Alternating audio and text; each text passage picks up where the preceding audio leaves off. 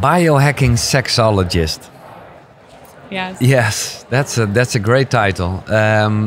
Have you ever thought about the fact that would be on your cards? Like, I guess I should have. I don't have business No. cards these days. It's all social media, but I think that's the best way to describe me. Yeah. Biohacking sexologist. Het is KUKURU, dat heb je door, dat weet je. Ik zit hier met Anna Lindfors, zij is uit Finland. En ik ben hier op de Biohacker Summit in Amsterdam. En zij heeft er net een talk gedaan. Dit is echt exact waar KUKURU over gaat. We hebben het vaak gehad over seksuele energie en things like that. Nou, daar gaan we het zeker over hebben. The moment you realized that our culture around sex is broken. I saw a small bit of your talk and you were explaining how you were like, I think like in your 20s. Yeah. Were in a club. Yeah, so basically what happened, I was 18, going to the clubs for the first times with my friends, wearing this tight black dress and high heels and feeling really good about myself and powerful and sensual and feminine, and we're dancing with my friends and having a good time. And then all of a sudden these guys came over and invited us over for drinks. Mm-hmm. And then I was more naive than I am now, and now I understand that can I offer you a drink is another word of saying I want to have sex with you. In a certain way, yeah. Yeah, so anyway we go over to the tables, we're having a good time, laughing and joking around, and then this one guy sitting next to me just starts getting too close. He starts touching me, and then I was a young woman. Yeah. I don't want to make a scene. I don't want to be the difficult woman. I didn't want any of that, and I didn't want to embarrass him. So I would just push his hands away, and I would, just try to not escalate the situation. But it just got too much. It just kept going, and he didn't respect me. So I turned around to my friend, and I said, "Hey, I think we need to leave because he's making me feel very uncomfortable." And when I turned my head, he put his hand on my inner thigh. And remember, I was wearing a dress, and it was just a violation of boundaries beyond.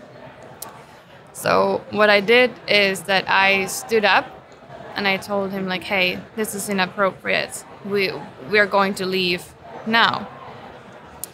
Now you can imagine there can be many reactions to that, many ways to respond. What he chose was to yell, "You fucking whore," and he pushed me. And "you fucking whore" just echoed through my entire body as I fell on the floor. And the thing is that there was broken glass on that floor, so I actually still have a scar remaining from that experience. What I also shared on stage is actually the kind of ironic or iconic part of the story is, obviously when that happened and things escalated, everyone was shocked. Mm-hmm. So he kind of escaped, but a song from Beyonce started playing, single ladies. So what we did, just in complete shock, when Single Ladies comes on from Beyonce, you dance to it. Yeah. So blood dripping down my head. God, yeah. Blood dripping down my head. I did the Single Ladies, and then I went to the hospital. Wow. Yeah. It's almost, well, not a nice thing, but a beautiful thing that you still have that scar, because exactly, it's like, and it's on my ring finger. Yeah, wow. It's like a marking point in your life, and of course at that age you had no idea, because then could you say that at that moment your feelings and your sexual feelings as well blocked a bit? You could say that. I mean, the reason why I wanted to share that story is that I think it reflects all of us in many ways. The bar culture, you go in there, and it reflects our culture around sex.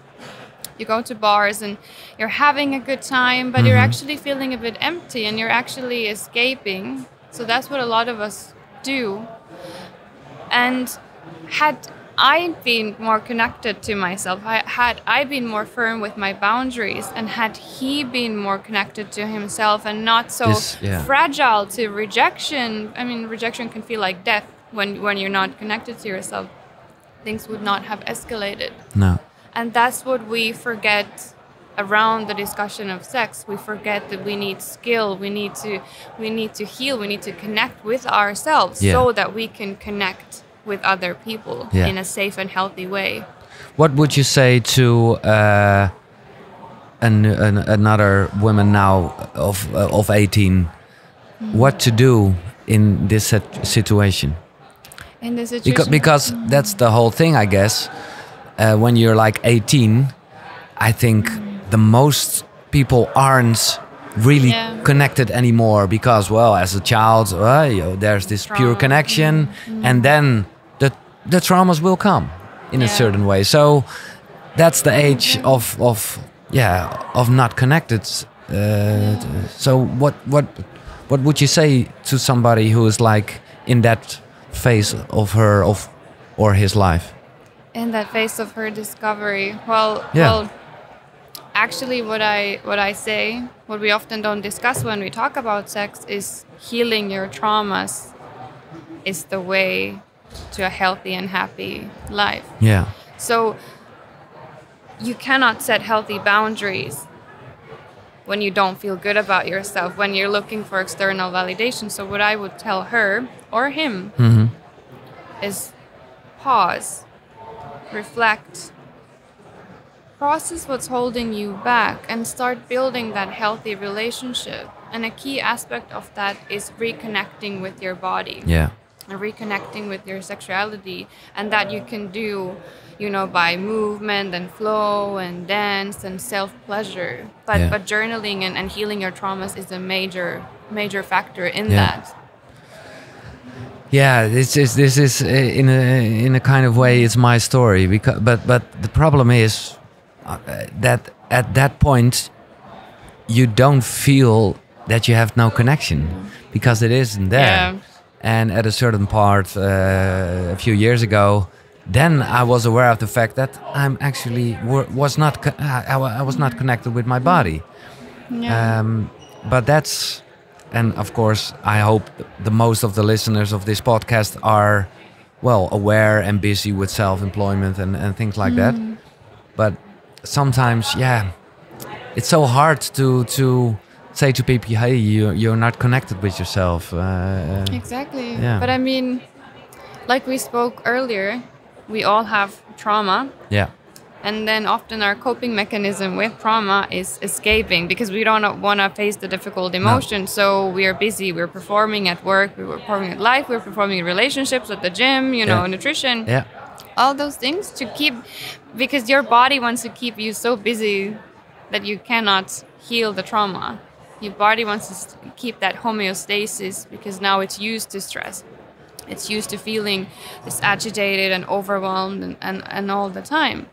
And that's why the answer is to pause. Yeah. And it can feel so scary.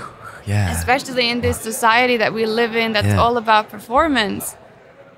But it's so important. It's just to take one day per week, for example, just for yourself. Yeah. Not even to do the deep healing work, but just pleasure. Yeah. Do activities you enjoy. Spend time with loved ones. We all need to be reminded of that. But don't you think maybe it's a weird thing to discuss this at the Biohacker Summit? But sometimes that can be escapism as well. Yes. To grab the optimal life and not feeling who you actually are. Yeah, I mean, that's what I spoke about in Biohacker Summit Helsinki, that biohacking can actually be a trauma coping mechanism. And you are escaping dealing with your trauma, and actually you're not connected to yourself. Mm-hmm.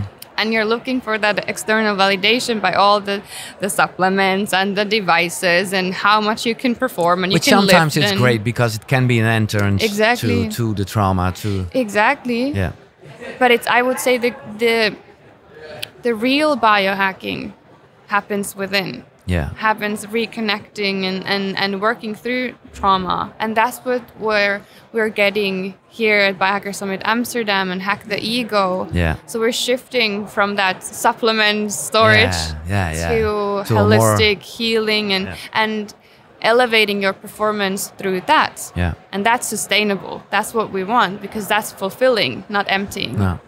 I saw it was like a course of you or something like that. Reconnect with yourself, your power and pleasure. And I was thinking, it's also, but that's more like the shadow work. Also with the weakness and the pain, don't you think? Yes. Yeah. Very much so. So you were like 20, and then you got endometriosis. You pronounce it right? Yeah. Yeah. I was 20 when I was diagnosed with endometriosis. And to the listeners who don't know what it is, it's basically a medical condition where the lining of your uterus spreads outside your uterus. And it's one of the most painful conditions in the world.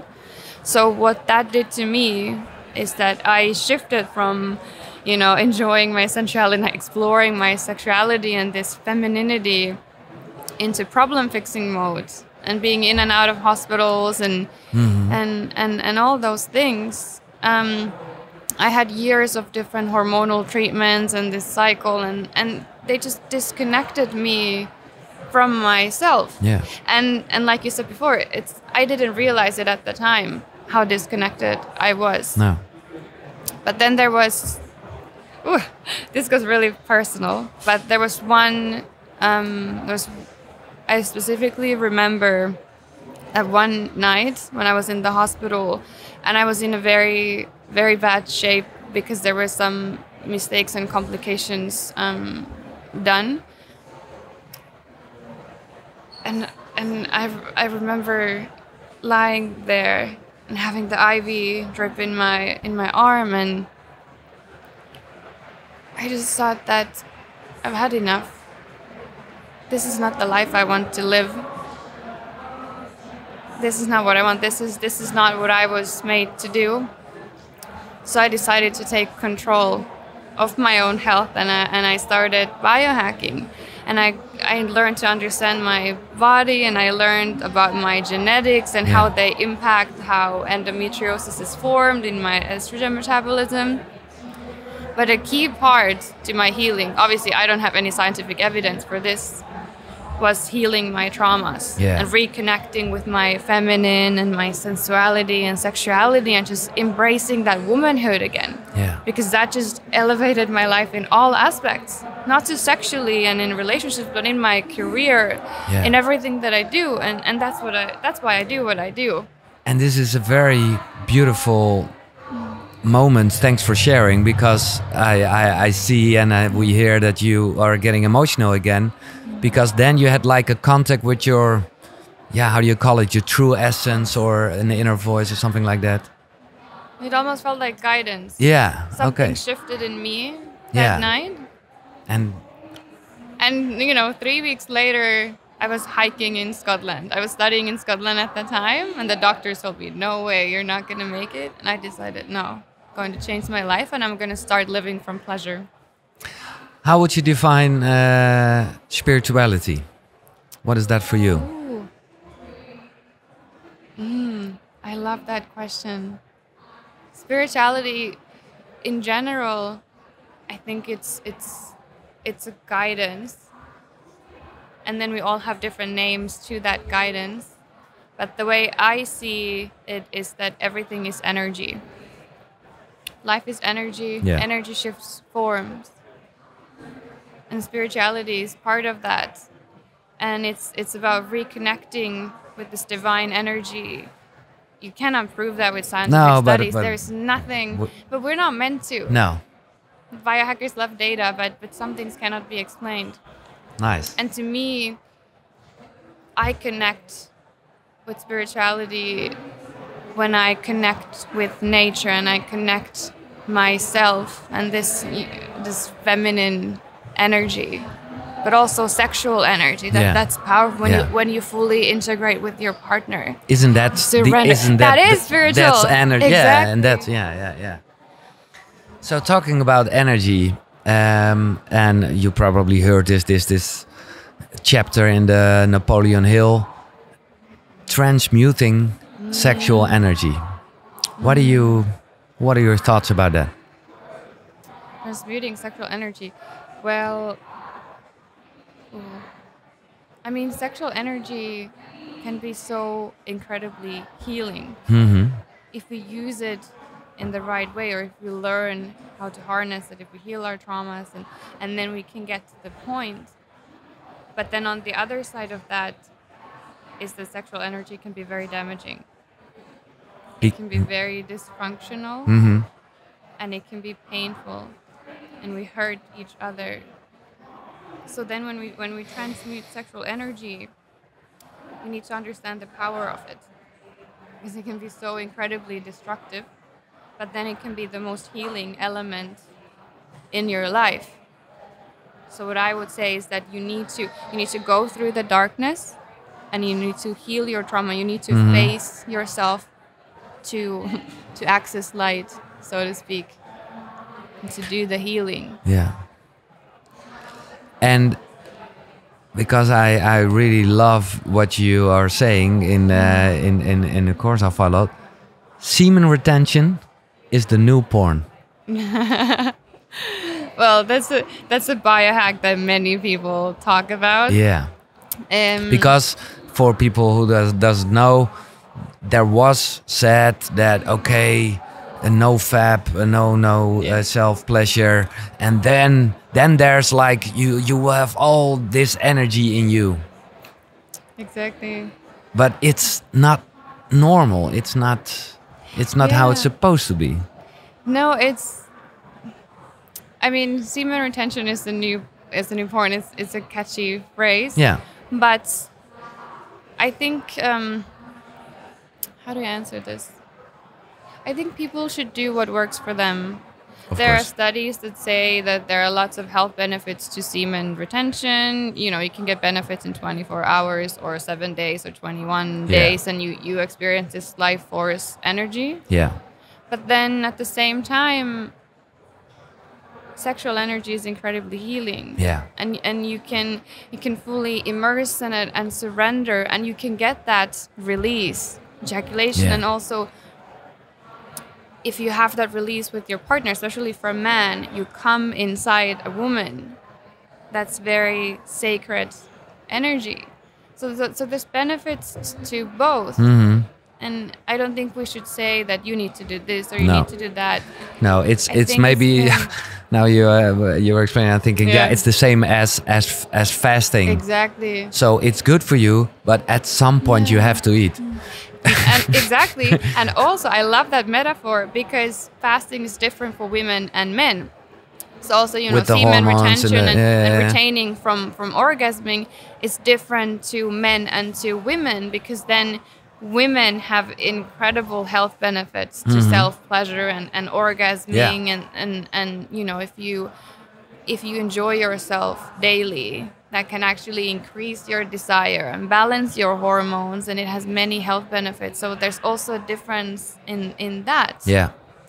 But for me, to share a bit of my private life, and I'm in a relationship, so I don't do self-pleasure anymore. Sometimes, but not with ejaculation, because like you said, when you do it, the real stuff, then it's in the sacred space. And for me, it feels a bit, not even weird, but is it emptying? Yeah, that's exactly the word. Exactly, and that's the difference. But also, sex can be incredibly emptying if you're not connected. Yeah, but you're trying then to make it happen, and you're trying to connect, but you're really at the mental level.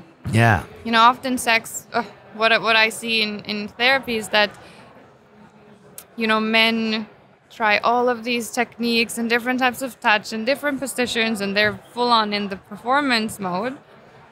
And then women are just confused.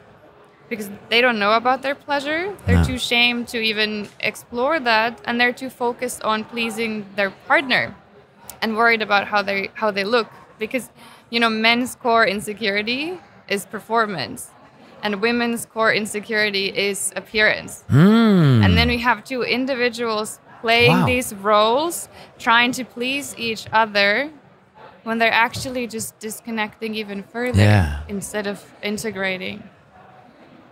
Oh, wow. The title of your talk today was From Sexual Performance to Sexual Pleasure.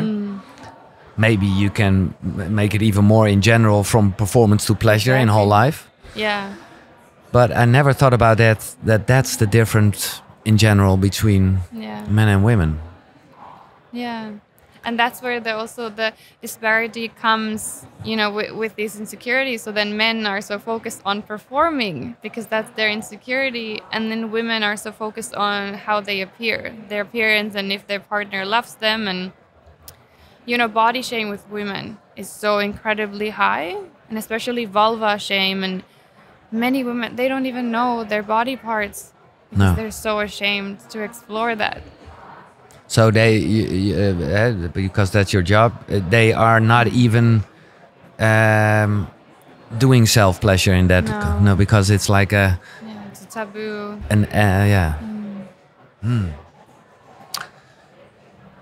So what helped you? Because there are a lot of great things to reconnect with yourself. Breathwork, meditation, grounding, journaling you talked about.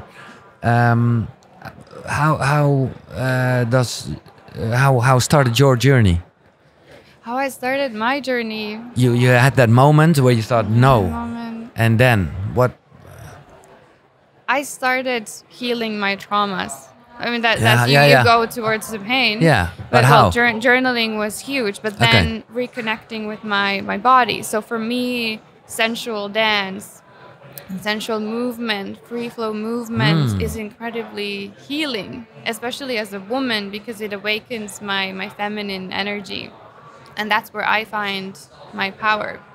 So actually I created a playlist that, you know, then you know, people around the world now listen to every morning, and we literally dance naked in the bathroom. Great. You know, first you take a warm shower and you activate your senses and do the sensual touch, and you activate pleasure in your body, and then you finish with a cold shower, and then, you know, you're super full of energy, and anyone who has done a cold shower, you know that euphoric feeling after you do that. Don't do it at the evening because you're not gonna sleep. So exactly, you need to do it in the morning, and then just put the music on, and you just feel your body after the cold shower. Yeah, it's because you're full of energy. Like you just let go and you explore, and you can do it naked in front of a mirror, or you can just close your eyes. I'm going to add this to my morning routine. Do it. And please tell me how it is, because it's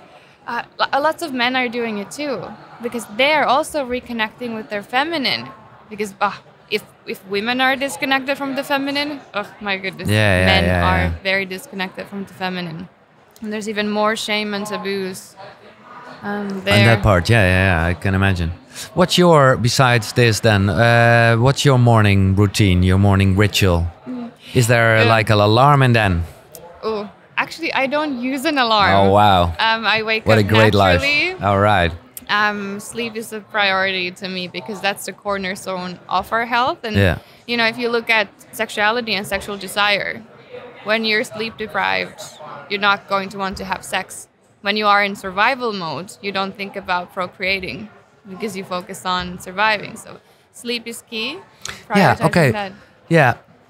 But I don't know how, and it's not like, maybe in my head there's like a distinction between libido, wanting for sex, and really connecting, and but when I'm tired and I have a lot of because I'm working a lot, radio, things like that, but it's more like, well, the dirty, empty feel, but it's I have a huge longing for sex when I sleep less.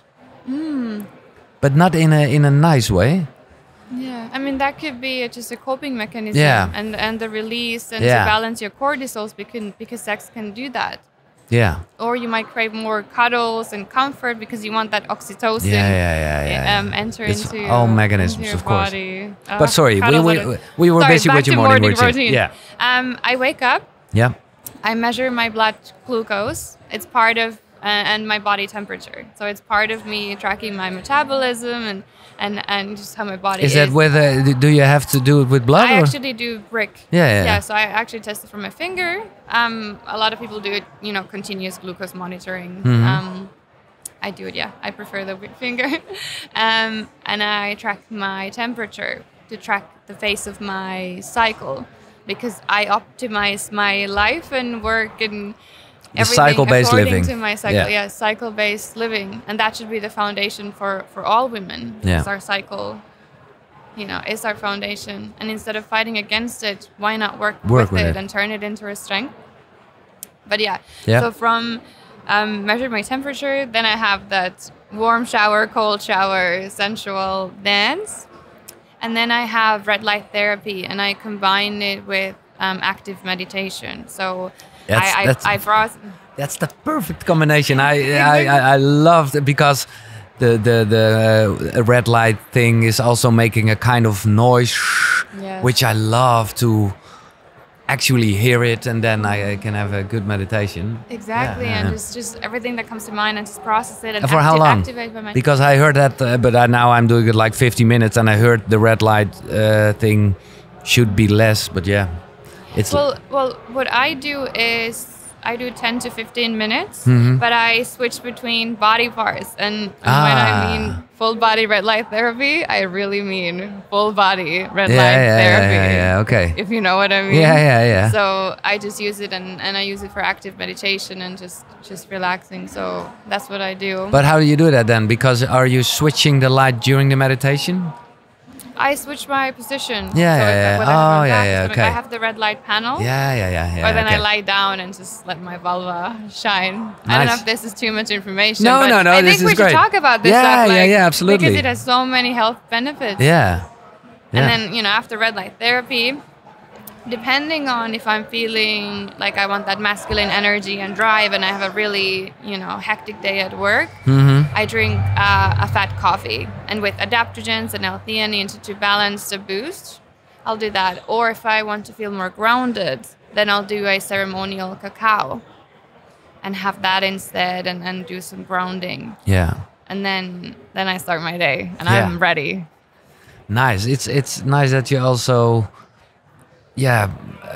feel what you would like to do. Exactly. Because a lot of biohackers, want to rule with your mind and it's and nice. It helped me for quite a long time. Yeah. Rules, restricted things, black, white. It's very clear. But then at some point your body just says no. No, exactly. Yeah. So just tuning into your body, tuning into yourself, that can actually be the most challenging biohack, but that's what we need the most. Yeah. Because our body has so much wisdom. We just need to pause to listen to it. This is a big question, I know, but I like to ask it. How do you train your intuition? Let's say intuition is like a muscle. Ooh. Well, whatever you train with intention and reinforcement. So you pause to reflect and you tune into your body and those gut feelings and you learn about your sensations. Okay, what does this mean? Okay, I'm feeling like this in my stomach. What does it tell me? And then you practice it. You sense it when you meet people. Okay, this is how I feel about this person. This is how I feel about this person. This person is good for me. This is not. And then you see how it turns out. And you get that positive reinforcement. Okay, my gut feeling was right. My body knew this. So the next time you get the same feeling, okay, I know this. This is maybe the best answer ever of this question. Absolutely great tip. Thank you. I ask you, like all of my guests, can you name 3 books that have influenced you on your journey the most? Yeah, so that's the question. In general order, of course. Do you read a lot? Yes, I actually love to listen to books Yeah. when I go on nature walks. I feel like that's what people do these days. Oh, my sponsor will love it. Storytel. Thank you. Oh, sorry. Oh, I love Storytel. One profound book that I think we all should read is The Body Keeps the Score. It's I often recommend it to my clients. Of course, yeah. Who have trauma, and it just awakens you to what's happening in your body. But it can be a tough read, especially if you have lots of trauma. Traumas, yeah. And do you still remember when you read that book? Was it like we talked about this 20-year? No, for me it was actually, I think it was 2 years ago that I read it the first time. So I was pretty far. Yeah, you were feeling it already, but now it's. And I read it as part of my sexuology studies. Of course, yeah. So that's how I came across it, and but it was profound. Mm-hmm. I went to my cottage in the middle of forest and lake, and I was alone, and I read it. Yeah. And I did a lot of emotional processing and crying and release and what we all need. But could you say that we talked about this endometrius that came because of a trauma? I would say it's a combination of having the genetic predisposition to have it and having the genetic mutations associated with endometriosis. But I would say that my traumatic experiences then contributed to that, because your genes need something to activate them. So this actually takes me to my second book recommendation, which is The Woman Code by Alisa Vitti. Okay. And it's basically for women to understand your cycle and your hormones and start this cycle-based living. So that's one thing I would definitely recommend. And is it also interesting for me to read? I would say so. Anyone who wants to understand women. Yeah, exactly. Okay. Read it. Yeah. And talking about, before we go to the third book, I heard a few weeks ago that a man has like a cycle as well, but it's like in 24 hours. Yes. So how can I live cycle-based? Well, you optimize your day according to your cycle and according to your testosterone levels. Yeah, okay. Well, actually, if you don't want to get too sciencey, I would just return to your body and feel it with intuition. Yeah. You wake up in the morning, your cortisol rises, you're full of energy. That's when you complete difficult, demanding tasks. And then you get a little slump, and you might take a little rest. And then usually in the afternoon, you get this rise. So that's a good time to go to the gym and really work your body and just like that. Yeah. But I absolutely know what you mean. And but then talking about the whole biohacking old style thing with supplements and coffee or whatever, then I'm fucking the system in a certain way. Yeah. You are like, I guess this is a fundamental question of biohacking. Yeah. What is necessary and what is helpful and what are you doing to your body, because in many ways you are overriding things.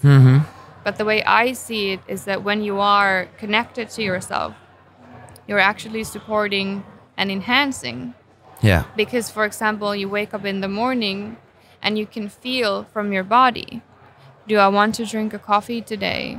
Or would an herbal tea or cacao be better to what I need right now? So then you're not performing it. No. But you're actually just enhancing your natural state and living from pleasure. Yeah, it's great. It's great. It is, but it's hard as well, because we all love routines and we live in a society full of routines and rules. So we also need to adapt to that. Okay, the third book. The third book that I think just everyone will enjoy is Zero Bullshit Meditation from Vishen Lakhiani. It's a form of active meditation where you just activate your body and mind for the day. Yeah. So you can integrate that as part of your morning routine. He's here. Do you know him? Yeah, Vishen is a dear friend of mine. Okay. I absolutely love him. I love his humor. It's also the book is very humorous. And yeah, if I don't know if you've met him already. But No, I will. Yeah. Definitely. Just enjoy his company. It's good, and the book reflects him. Great. Do you have an evening routine as well? Ooh, I do. Okay. I do. Well, usually, obviously, I finish working. Okay, I have to say, sometimes I work a bit late, but 8 p.m. is my last hour. Usually earlier, but that's it for me. So I have 2 hours, 2 hours before bed, and I calm down. I do some little movement or yoga and stretching just to feeling body again. Body Yeah. And calm myself.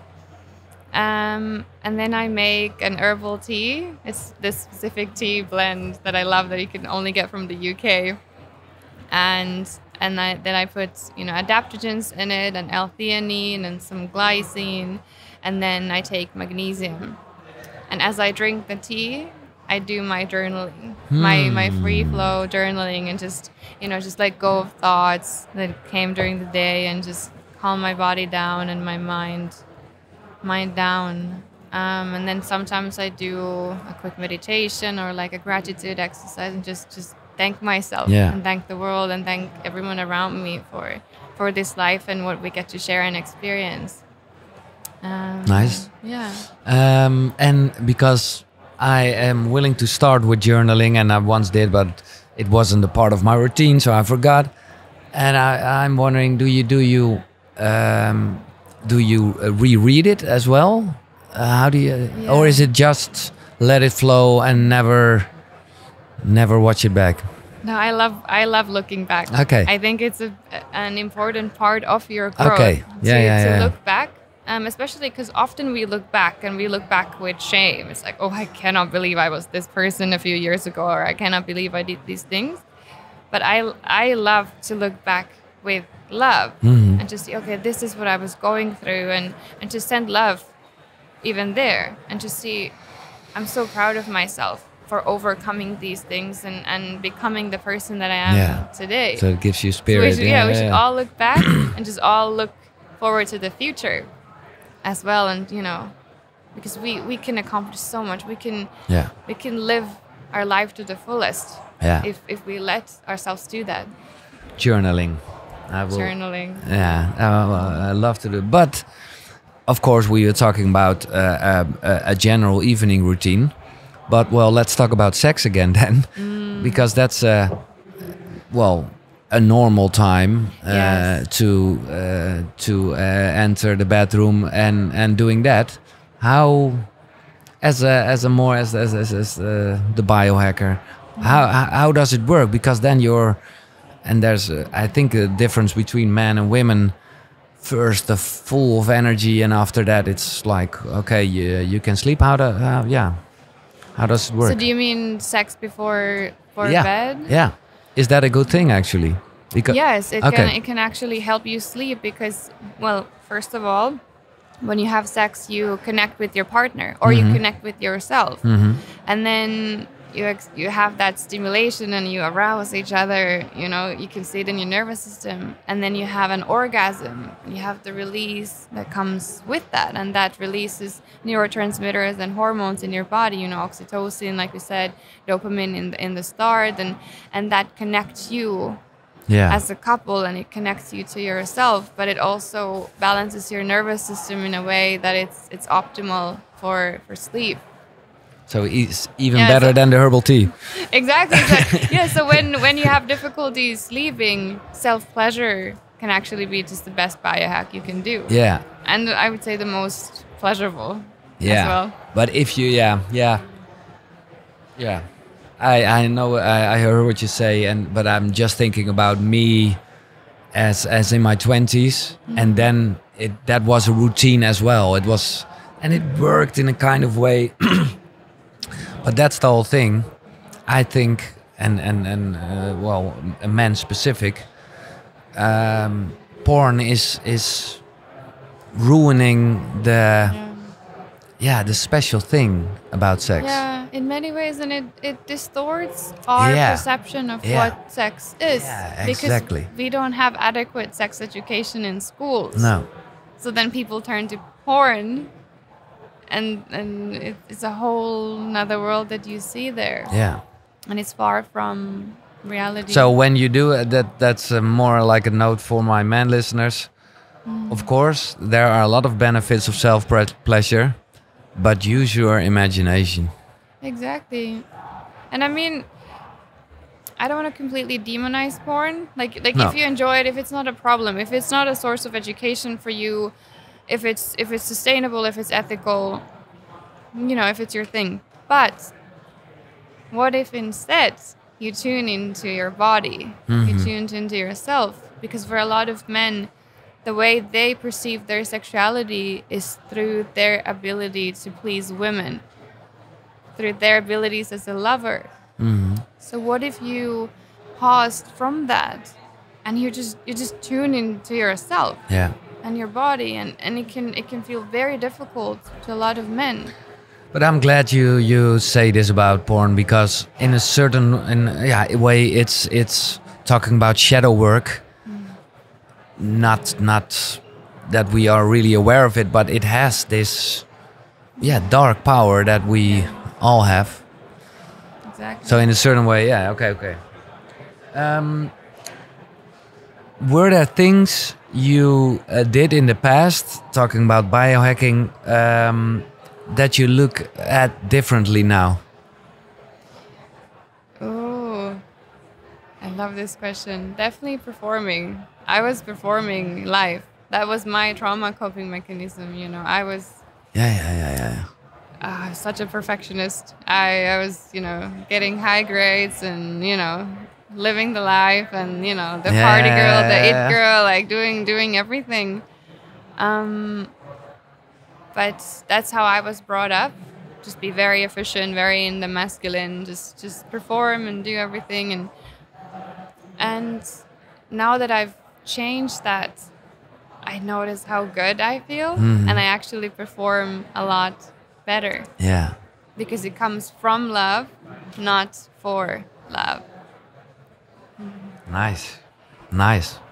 But, well, it helps you to do it as the old Anna, Exactly. and with a lot of drive, and because sometimes I think maybe a lot of those biohacking things and even spiritual things, maybe it is a placebo. Could But be. well, it works. I mean, isn't everything? Yeah, exactly. And if you really think about it, isn't everything a placebo? Yeah. What is the use of ego, according to you? Oh, I love this question. Yeah, but I'm very confused about this. About this. I think ego gets a bad rep for no reason, because we just have this negative association with it. But we need our ego. Our ego can guide us. Our ego can help us set healthy boundaries and be, can I say, selfish in a healthy way. In a way that you love and respect yourself.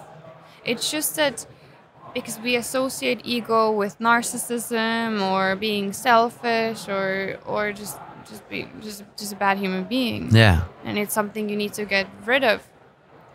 But what happens to your human being when you get rid of your sense of self? Yeah, exactly. Who do you become? Yeah.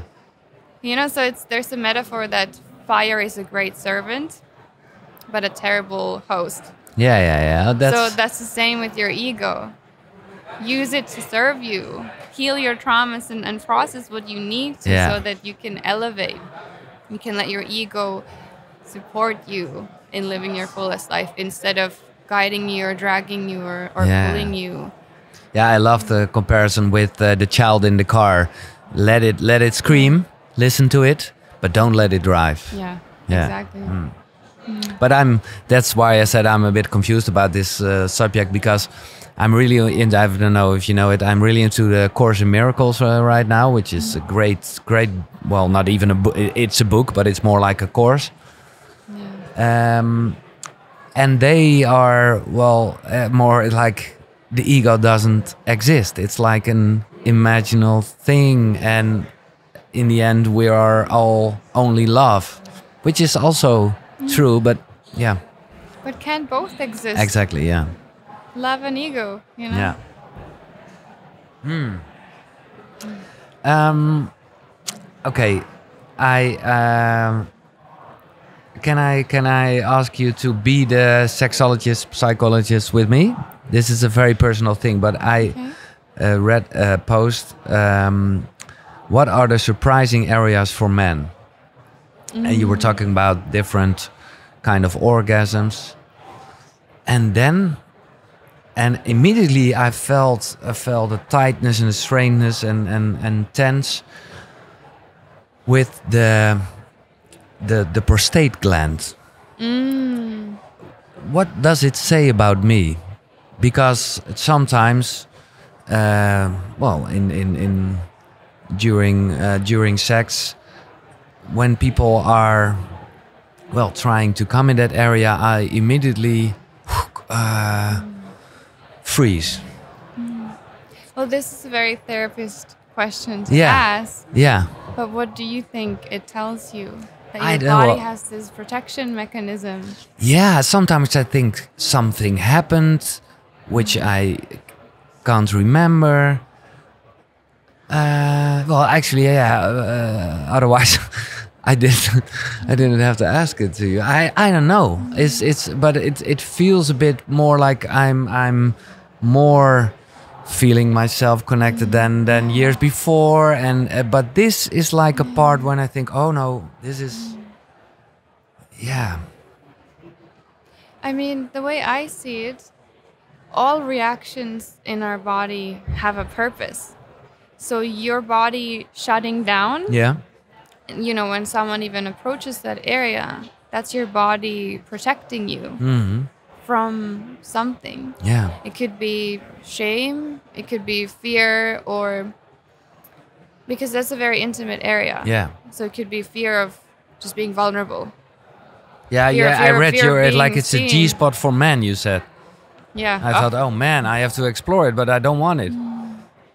Well, I don't know if you don't No, want it, yeah. I don't think we should force. No, force of it, course not, no. But I would just say just ease into it and kind of reflect on when you get that reaction, just tune into your body. And just, okay, what's going on? Why am I feeling this? And is it happening when you touch yourself, or is it only happening with a partner? No, always, but yeah. Yeah. Because there's a different dimension, Yeah, whether it's yeah. all kinds of touch, Yeah. or whether it's just your partner's touch, because then that can also be a fear of losing control or fear of surrender and fear of being seen.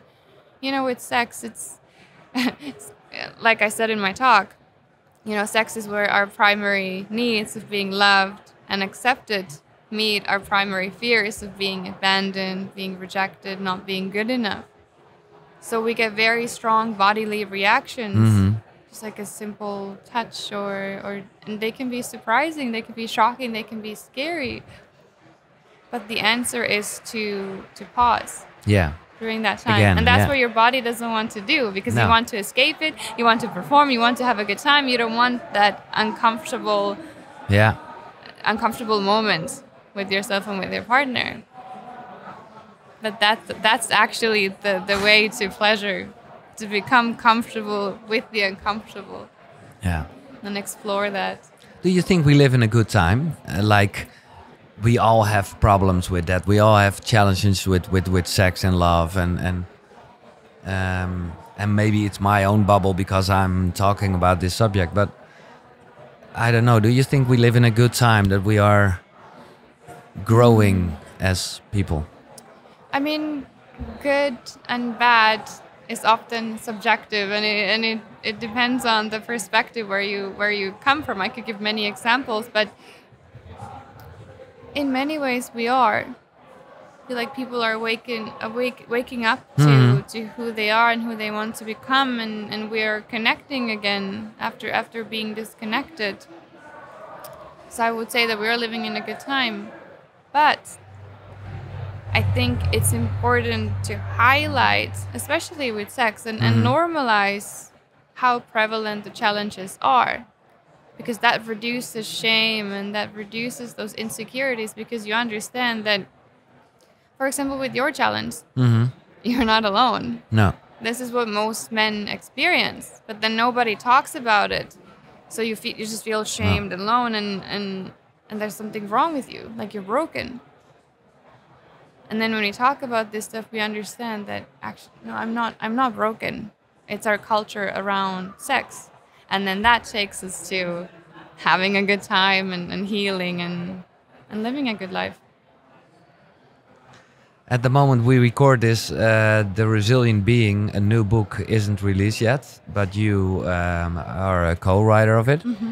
Can you give us a tip? Because this is like biohacking meets spirituality or something like that? Yeah? Yeah. Ooh. So do you... What Yeah, do you mean? well, Just give us an about insight of what we... I love to read the book, but maybe there's a part you are proud of, or... Yeah. I mean, that book, I'm biased, but it's Of a course. masterpiece. Yeah, okay. It's a 1,000-page long book into just optimizing yourself, with Dr. Olli Sovijärvi, Teemu Arina, Inka Immonen, she's a neuropsychologist, and then I'm the lead author in social resilience, and how you can become a resilient being through processing your trauma and through learning how to create healthy connections with other human beings and how to reconnect with yourself. And I talk a lot about sex there too, because it's so important. And it's It's part of our health. It's the core of us. Exactly. This is the core of biohacking.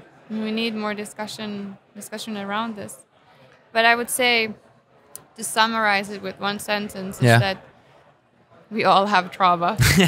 We all have trauma from our childhoods, and they impact how we form relationships as adults. Yeah. Relationships can be incredibly triggering, but when you learn to understand your behavior patterns, you learn to understand your trauma, and then you can then process it, you can switch it and turn it into your strength. Yeah, and exactly. that's what the book is about, turning your difficulties into your strength. And I don't know if it's a coincidence, but I never hear the word tantra when we were just talking. What are your experience with that?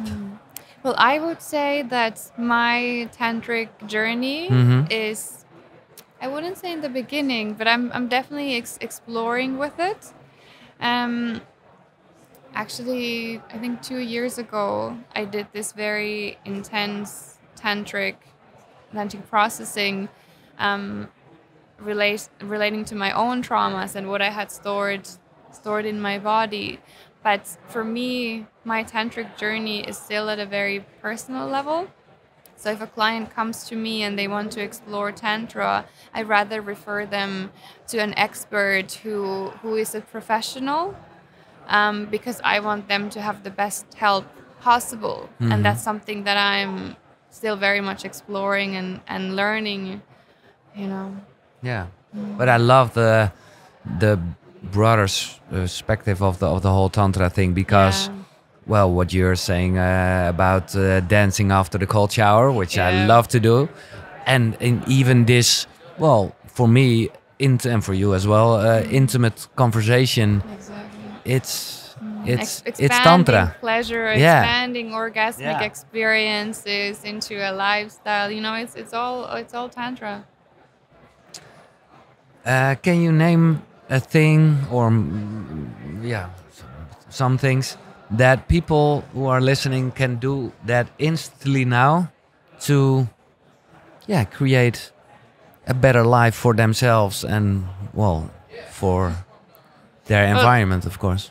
Well, I would have to say sensual dance in the morning, just connecting with your body, you know, shaking and moving and just feeling yourself.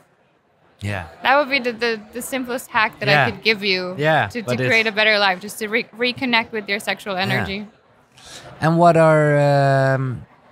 are your goals? Do you have like, because this is, for me, this is like the subject the whole world has to listen to and to feel actually what you're saying. Well, if you can dream, what are you doing in 10 years? Oh, wow. That's a good question. Well, right now, you know, launching the book. I just launched my online course, and I'm about to launch a second one. But I'm also building my company in women's health, and just reinventing women's health and taking sexual health as part of the discussion. So I would say that in 10 years' time, my company is running and changing women's lives around the world, and I love talking about these topics. So I'll be, you know, talking all over and just hosting workshops and retreats and just helping people reconnect. Yeah. Writing a few books, living a good life, traveling, having a family, enjoying. Well, that's where I was thinking. Yeah, talking about the whole cycle-based living. Yeah. It's, well, I don't say it's all about that, but well, in a certain way, that's why we have this drive, why we have this energy. But it's always a bit intimate question, especially to women, to ask if they are willing to have children. But well, you mentioned it yourself. Talking about the resilient being is about But okay, what's your age now? I'm 27. 27. Actually, I had my birthday on Thursday. No. So, congratulations. Yeah, thank you. But do you feel the pressure because clock is ticking, blah, blah, blah? Not really, no. I would say. Actually, when I was diagnosed with endometriosis when I was 20, my doctor told me, Anna, if you want to have children, better to have them sooner than later. And 30 is, you know, the last opportunity. But what I did is I biohacked my endo into remission, you know, optimize my hormones, and I'm still optimizing them. Just elevating my health, living my life, enjoying. And everything falls into place naturally. Yeah. And I trust that process. What are your thoughts of death? Are you afraid of it? Or, I actually love that you asked this question, because I let go of my fear of death that night in the hospital. That was the power. I would say that was a little death for me. And it started this new life that I'm living now. So, no, I wouldn't say that I'm afraid of death. I'm rather afraid of not living, or living in pain and suffering. But I also I want to say that, you know, I'm a young person, so having this view is pretty rare. But I lost 2 of my close friends close to each other, and then that helped me process death and how precious life is. Yeah, exactly. So I think it also changed my perception. And what do you think, what will happen? Of course, we don't know, but it's fun to talk about. Yeah, I don't know. Can I say I'm excited to find out? Yeah, you can say. Okay. This is very, very personal. But so when one of my closest friends passed, it was all very sudden and shocking. But I felt her.